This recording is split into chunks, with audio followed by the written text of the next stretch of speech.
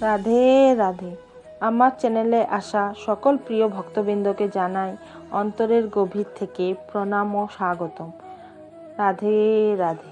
আজ আমরা শুনব রাধা ও শ্রীকৃষ্ণের এক অনন্য কাহিনী, যা আমাদের শেখায় নিঃস্বার্থ প্রেমের সত্য অর্থ।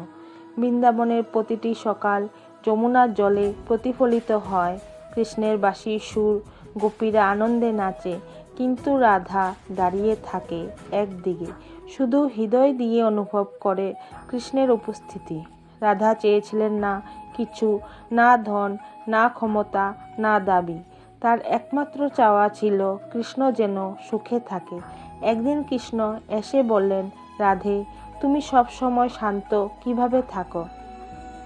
রাধা হেসে উত্তর দিলেন, প্রভু, তুমি থাকলে আমার আর কি দরকার?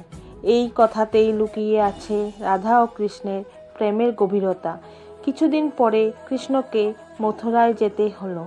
রাধা কাঁদলেন না, তিনি শুধু বললেন, যে প্রেম সত্য সে দূরত্বে হারায় না।